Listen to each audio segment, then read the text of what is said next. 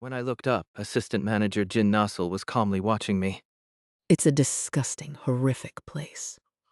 Anyone who falls without preparation will almost certainly suffer mental breakdowns or signs of contamination. That's so? Then get up. We need to secure. Hey, over here. This person's fine. Jin Nassel's words were cut off, and she frowned in irritation as civilians swarmed toward us. Now let's do this quickly. Seeing the astonishment on their faces, I forced a weak, blurry smile. This person volunteered to jump out, but they're fine. Yes, I'm fine now, but what happened after I fell? After some frantic, disorganized chatter, the important points became clear. After you fell, the countdown restarted. Yeah, it was like the system reset and started demanding another sacrifice.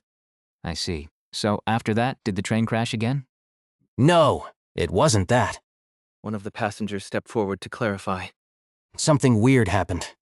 No one from our car fell, but suddenly the offering was accepted, and the path opened.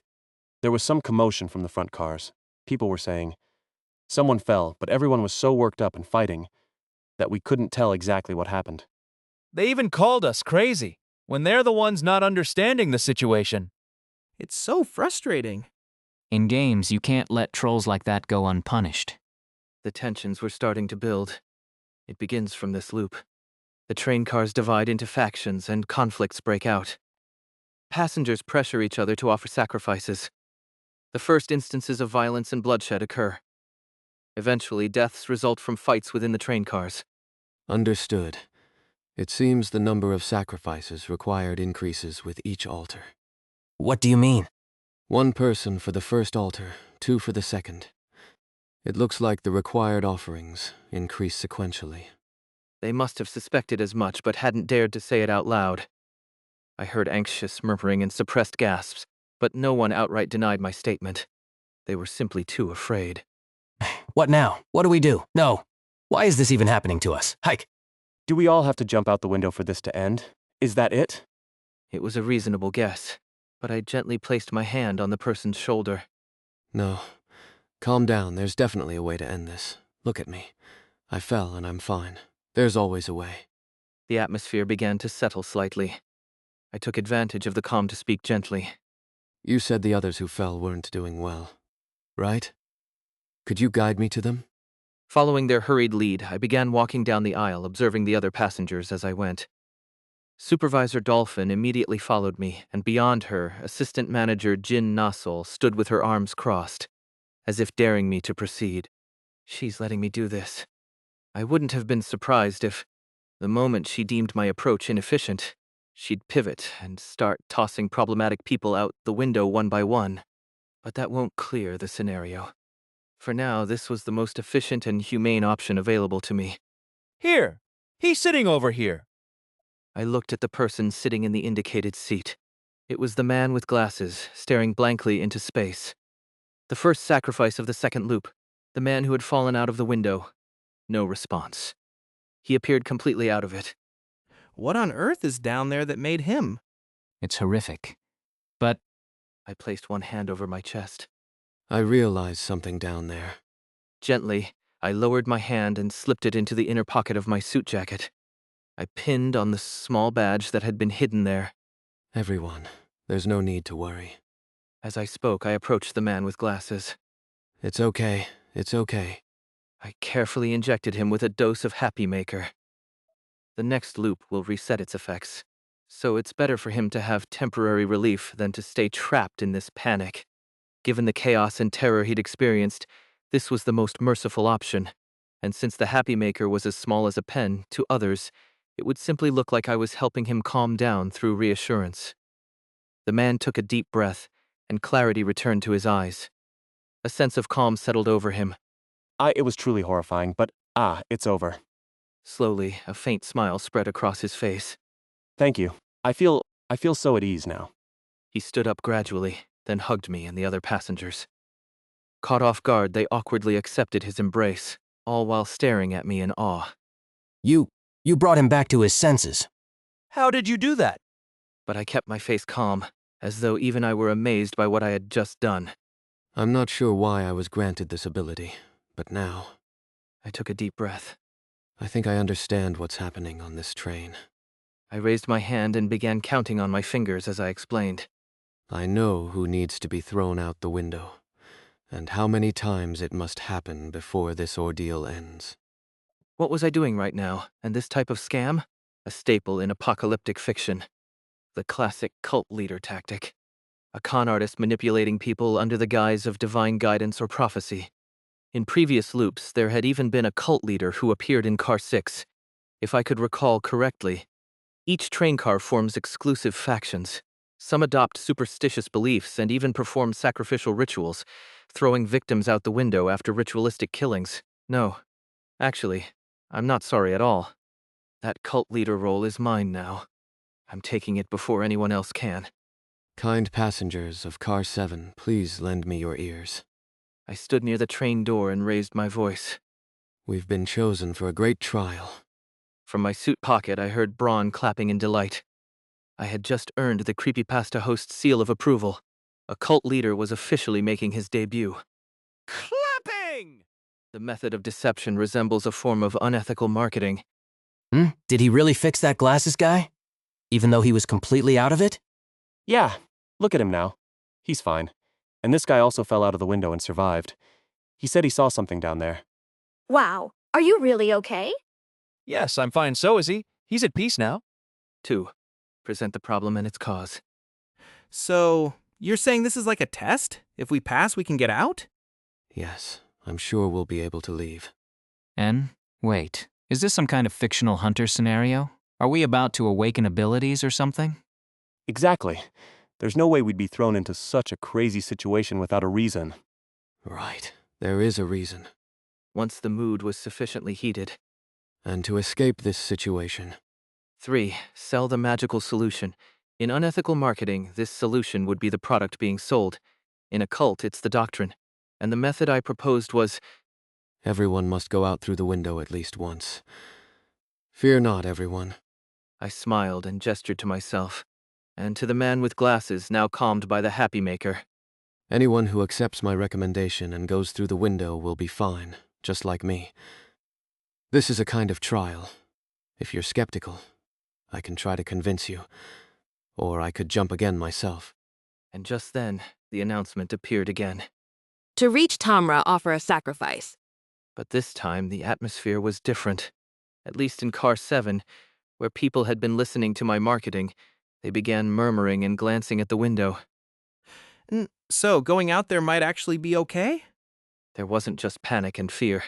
There was curiosity and even anticipation. Ah, this is fascinating! What excellent work, Mr. Rodeer! But all great performers face challengers. Oh, look over there! What a load of bullshit, you crazy bastard. The middle-aged man from earlier, his face flushed red, slammed the armrest of his seat and shouted. This was the man who had fallen out of the window in the first loop and pushed the man with glasses in the second loop. Looks like skipping a turn has restored a bit of his sanity. But he wasn't fully back to normal. That bastard pushed someone out of the window before. Ugh. Crazy jerk. Get lost, you son of a bitch. His eyes spun wildly like he might stab me any second. Jump out the window? I'm not jumping. No way, you piece of shit. You jump again. He pushed past another passenger and came right up to me. I spoke calmly. If you don't want to participate, you don't have to right now. Take your time. Besides, you're not qualified at the moment. I'm saying that even if you beg to go out the window, I won't assist you. This was another crucial step. 4. Restrict access to the solution.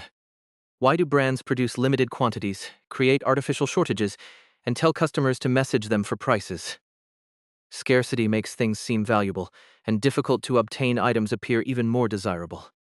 You give people the sense that they're close enough to grasp it, but far enough that missing out would be devastating. Only those who are qualified can go through the window without suffering. What kind of nonsense is this? And that's not you.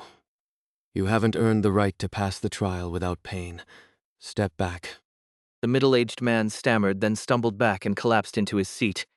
It worked again.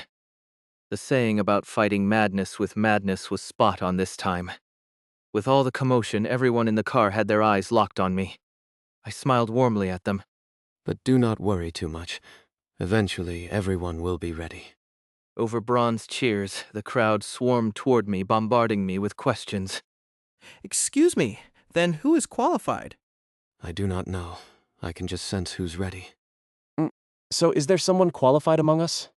Am I qualified? The man with glasses who had been sitting quietly raised his hand and asked. Thanks to the Happy Maker, he was calm, free from fear and PTSD. He didn't lash out at the middle-aged man who had once attacked him. Even so, he couldn't suppress his nervousness and swallowed hard. You are qualified. You've already proven yourself. I walked over and held his hand. There's no need to go down again. Your current calmness is the proof. You've endured it. You've been brave. Tears streamed down the man's face. The murmuring around us quieted. In its place, a new sentiment began to form, desire and agreement. From now on, for those deemed qualified and who go down, I will give a token to protect you from as much pain as possible. But no volunteers came forward just yet. I had just told them that everyone needed to jump out the window to escape. No one would be eager to jump into potential suffering without any clear benefit. Friend, any clever solutions up your sleeve? I nodded, as if fully understanding their hesitation. I get it. It's hard, I know. In this life, I'll go out the window one more time. Supervisor Dolphin raised her hand. Supervisor, my eternal gratitude. But not alone. Supervisor, you should jump with me. Oh, wait, sir. Are you I had planned on doing it anyway. As disgusting and revolting as it was, there was no way around it. If no one else volunteers, I shall demonstrate again. Yup, but before we do, I'd like someone else to go first. Supervisor Dolphin pointed with both hands. Right at Assistant Manager Butterfly. Hey, you said you'd do me a favor, right? I'm calling it in now. This isn't exactly the favor I had in mind. But fine, whatever. Surprisingly, Assistant Manager Butterfly seemed calm. It felt like the two of them had discussed this beforehand. The surroundings darkened with a crimson hue. People instinctively froze, but Assistant Manager Jin Nassel's small, composed voice cut through the tension. I don't like repeating myself. Yes. Please close your eyes for a moment. I'll give you the token of approval. I pretended to shake her hand while discreetly passing her the Happy Maker in the darkness. Before I could mouth the words, she had already expertly and discreetly injected herself with the Happy Maker. It was as if she had anticipated it all along, likely realizing it was a pain-relieving item. The soft sound of the stick being used was followed by the leftover injector disappearing seamlessly into her sleeve. Assistant Manager Jin Nasol grinned, then immediately leaned back and let herself fall out of the window. She was smiling as she went. Thus, the first offering for the altar willingly sacrificed herself. The atmosphere in the car had now shifted into full excitement. No one found my companions suspicious anymore. They wanted to believe this would work. The feeling that things are being resolved. It's addictive. Soon after, 2 more volunteers came forward. Me too. We'll go together. It was a couple sitting near the window. They had been observing everything since the first loop. The falling, the conversations. So their courage likely came from all the information they had gathered. Still, I didn't immediately say yes. I stared at them quietly for a few seconds, as if evaluating their worth. The couple, now filled with both anticipation and nervousness, waited as if they were being judged. Yes, you two are qualified. When we reach the altar, close your eyes briefly and extend your hands. I will grant you the sign of approval. The couple, overjoyed and receiving congratulations from those around them, stood before the open window. Second altar entrance. Taking advantage of the darkness, I secretly injected them both with the powerful painkiller, the Happy Maker. Holding hands, they leapt out of the open window together. The scam was proceeding smoothly. This is much better than everyone throwing each other out the window, going mad in the process. Still, cold sweat trickled down my back as I carried out the deception. Since there are no other volunteers, the supervisor and I will proceed next. Please remain calm and safe, and we'll see you all at the starting point. Are you sure you'll be okay? Yes, I'll be fine. I can handle another round. I truly hated this, but I had no choice. I'd do it again. Need to set myself apart. To continue leading these people, I had to highlight my uniqueness. Showing them that I could survive multiple falls without issue would leave a strong impression. Fortunately, Supervisor Dolphin didn't change her mind. Let's do this together. She looked up at me with a curious gaze. The nuance was subtle, but... We'll see you soon. And so I successfully rallied the crowd and fell out of the window once more. This time with Supervisor Dolphin. Into the mad tunnel filled with rotting flesh. Supervisor Dolphin, who had landed with a roll, grimaced at the horrific surroundings, shaking herself off as she complained. Huh. Filthy. What? Ugh, so noisy. That way toward the light? Yes, it'll be a bit tough, but if we walk, we'll get there. It was somewhat reassuring to have someone else with me. The voices are gone. Not that they're essential for the escape, though. I tilted my head slightly as I walked. Then Supervisor Dolphin spoke up. Actually, I had something to talk to you about, which is why I jumped with you. The things you told the others. You know, about protecting them from pain and all that. Technically, it's not a lie, right? Yes. I chose my words to fit the situation. It's a bit extreme, but a method works. She touched her chin, thinking for a moment, then suddenly said, Supervisor, do you know how many people have suffered because of cults? She didn't scowl or frown. She simply stared at me, her gaze unwavering, not even blinking. Supervisor Dolphin was an extreme idealist when it came to integrity. Oh no, she might outright reject anything cult-related. I quickly tried to salvage the situation. I'm aware. In fact, one of my close friends got involved with a cult and cut off all contact. That's why I decided to get ahead of it. In this situation, cults and superstitions are bound to thrive. When people experience pain without understanding why, they'll start clinging to anything for hope. It had happened in the previous loops, after all. Of course, my current actions weren't just about preventing that. They were about escaping without mass panic or violence. But I couldn't explain all that logically, so I ended my statement there. 3 agonizing seconds passed. Well, you've got a point. So, you're just saying those things to calm people down, but in reality, you're actually helping them feel less pain and find a way for everyone to escape, right? Sounds good. I'll fully cooperate. Supervisor Dolphin extended her hand for a handshake. When I took her hand, she suddenly pulled me closer. But you can't exploit good people. Otherwise, I'll have to fight you, Supervisor. Of course. I'll keep that in mind. I smiled and completed the handshake with her. Cold sweat dripped down my back. Fighting a senior elite team member from the Nightmare Company and dealing with decaying flesh? No thanks. I'd rather bash my head into a wall. Judging by the mood, it looks like everyone in our car is fully on board, huh? I kept walking toward the light at the end of the tunnel as I responded. But this isn't where I stop. I will make the majority of passengers on this train believe me. At least 7 of the 8 train cars needed to be on my side. I needed to secure a dominant public opinion. After experiencing death and resetting multiple times, the passengers of this high-speed train were sinking beyond panic and into exhaustion, resignation, and madness. Their perceptions were distorted, and it had become difficult for them to think as they normally would. And through these repeated loops, they had heard certain things over and over. Someone's been whispering strange stuff, like saying we're chosen, and that this is a test? Sounds like cult nonsense. What kind of test?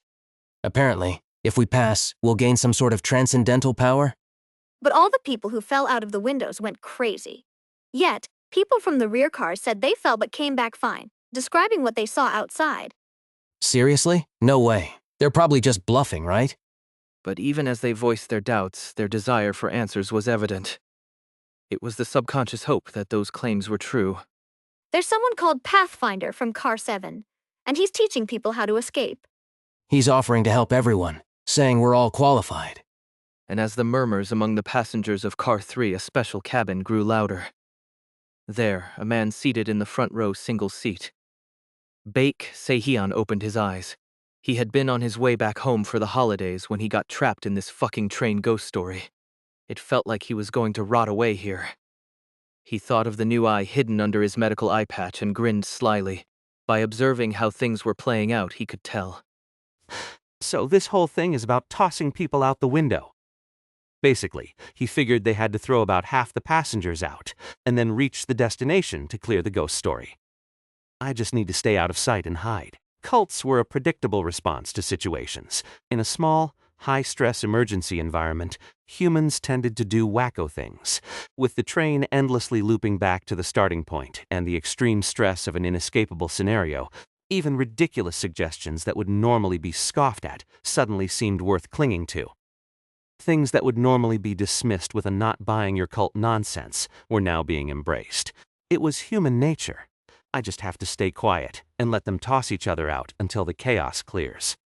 There was a commotion at the back. No, it wasn't a fight. Someone had entered the car. There they are. The Pathfinder and the people from Car 7. Let's at least get a look at them. Baek Deok-soo casually turned his head toward the corridor, and then he saw familiar faces. Assistant Manager Jin Nasol from A Squad and Supervisor Lee Seongae from C Squad. He recognized them instantly. They were faces he had memorized from the company's intranet, just in case. Why the hell are they here?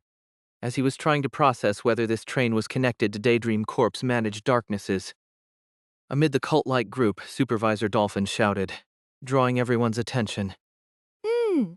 We have someone here who will teach you how to escape.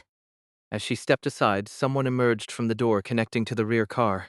A calm, sharp-looking man in a suit, exuding an eerie composure with a serene smile. Baek Deok-soo's eyes widened in recognition. Everyone, please do not worry. Kim Soleum smiled softly, spreading his arms wide. This is all part of a grand test, and you have been chosen. That psycho bastard is the cult leader? Let's take a moment to delve into Baek Deok-soo's turbulent encounters with his psychopathic roommate. The psycho who mocked him for losing his left eye. The dopamine junkie who used people as bait in dangerous darknesses. The lunatic who pretended to be a serial killer, hacking away with an axe. And now he's playing cult leader too. At this point, the sheer absurdity of the situation surpassed all reason, and Baek Deok-soo began to feel the anomie phenomenon. A breakdown of norms where everything about this chaotic lineup just seemed expected, just because it involved that bastard Kim Soleum. Fine. Let's say that's all whatever. But how the hell was he facing that lunatic here and now? He hadn't just left the company dorm. He had left Seoul altogether. Baek Deok-soo shook his head violently, wondering if this was a nightmare. But the reality was unyielding. With two elite team superiors by his side and leading dozens of people, Kim Soleum stood in the center of Car 3's corridor, raising his arms dramatically, just like a cult leader would. There is no need to worry. We can all pass this test safely. The only comforting thought Baek Deok-soo had was the fact that the people in this car were smart enough to point fingers and ridicule the guy. Who the hell is that guy? Jesus. Now we've got another lunatic. Don't make eye contact. Ridicule and rejection erupted toward Kim Soleum, who was spouting nonsense. Yeah, this is normal. But Kim Soleum wasn't shaken in the slightest. With a gentle smile, he calmly scanned the people in Car 3. That made it even scarier. Everyone, I understand that you're confused by this sudden gathering, and you probably think this is insane. A test? What test? Kim Soleum gave a sheepish smile, his demeanor that of a composed office worker. To be honest, I know this sounds cultish, even to me. It's a bit embarrassing, really. His tone was calm and steady, like someone giving sincere advice over coffee. But in such terrifying and dreadful circumstances, we have to muster courage to speak up. If someone knows an answer, sharing it is the right thing to do. Kim Soleum's expression hardened as he made eye contact with those around him. I ask that you set aside your discomfort and think this over. We are not fools. There is a reason why so many of us are here, sharing the same story. Baek Deok-soo glanced around at the people teetering on the edge of madness, trapped in this surreal loop of dying and restarting on the same train. Kim Soleum was telling them exactly what they wanted to hear. The promise of an escape, and his voice brimmed with conviction. This is a test, and there is a way to pass it. So, you know how to get out of here? Kim Soleum subtly turned his gaze behind him. The people from Car 7, standing excitedly with eyes brimming with fervor, spoke up enthusiastically. We just need to go out through the window. Just jump out the window, and it'll be over. What kind of bullshit is this? The horrified passengers of Car 3 were met with a barrage of explanations. It's not nonsense. There's a way to make it painless. At least 10 people have already gone out. Sure, it's a bit gross, but you just follow the light and you'll find the exit. Anyone can do it. If anyone has trouble walking, someone else can jump out with them to help. It's not hard at all, as long as the venerable Pathfinder helps us. The surprising part was that, although only 10 people had jumped so far, there were dozens, nearly 100, following this group, including passengers from other cars. Kim Soleum, watching the hopeful and eager eyes around him, turned his gaze forward and smiled faintly. That's right, everyone. You can all make it out through the window. And at that moment, Baek Deok-soo realized something. There will be no problems. This fucking psycho. He's rallying all these idiots to jump out of the windows so that he can escape safely himself. But he won't fool me. Baek Deok-soo swallowed, convinced he had figured it out. Listen to the people who've already been out the window. We have. We're the couple who went through the second altar during the third life loop. Watching the passengers from Car 3 gradually lean in to hear the testimonies of the Car 7 survivors, who sounded like they were sharing triumphant stories from a self-help seminar, Baek Deok-soo clicked his tongue. I could fabricate testimonies like that with my pen any time. Clearly, Kim Soleum had used the pen he confiscated from Baek Deok-soo to brainwash these fools. Fine. If that's how he wanted to play it, Baek Deok-soo had a strategy of his own. As long as he didn't join the procession of Kim Soleum's worshippers, he'd be fine. Baek Deok-soo grinned confidently, relieved by his quick thinking. He had nearly gotten dragged into this mess. Stay under the radar, and once that psycho fools the rest of them into jumping out all at once. All right, let me show you right now. I'll jump through the window this time. This time, I'm the one qualified to go through the altar. Yes, you've been approved this time. Let's give a round of applause. The first altar is the loneliest and scariest because you have to go through it alone. It's fine. I want to follow in the Venerable Pathfinder's footsteps exactly. I'm not a Pathfinder, just the first one to try it. Yes, well. Kim Soleum smiled shyly before earnestly grasping the participants' hands as if in prayer. I'll do my best to ensure you're protected from pain, by strengthening the mark I'll give you. Baek Deok-soo watched the scene unfold, his expression blank with disbelief. Under the dim, crimson lighting of the train, he saw Kim Soleum gently grasp the volunteer's arm and do something subtle. Amid cheers and encouragement, the volunteer, now resolute, stepped through the window. This repeated over and over until... Fourth altar entrance. And now we have our final participants. That's when it hit him. Kim Soleum had been secretly using some kind of item on the participants before they jumped. Whatever it was, it actually helped them avoid going insane after falling through the window. Could he actually be doing something about this? And if that psycho was going so far to ensure people were safe, then... Baek Deok-soo's mind spun rapidly as he switched gears. This darkness is a first-come, first-served clear system. A system where you had to fill the quota before anyone could clear the game. Jumping through the window isn't just some symbolic act. It's the main event. And Kim Soleum would be the type to stir up a frenzy to get people to willingly jump. Why? Because that gives him more dopamine. Forcing people through the window wouldn't be as fun for him. No, he'd prefer this method because it was more exciting and rewarding. What a terrifying lunatic. Baek Deok-soo shivered. But that wasn't the issue right now. If that psycho has a plan.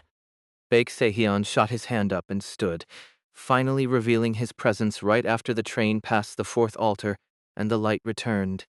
Wait, was someone else in here? The passengers, who had become familiar with each other after looping 5 times, were startled by the unfamiliar face.